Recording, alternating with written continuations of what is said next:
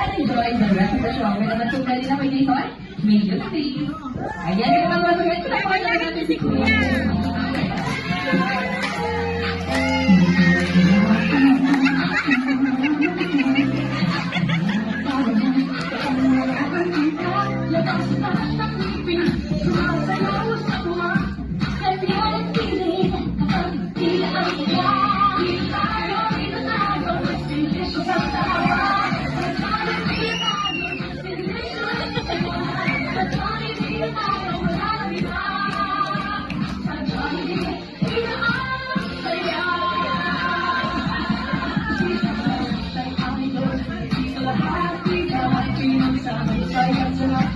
Sige na, sa'yo na.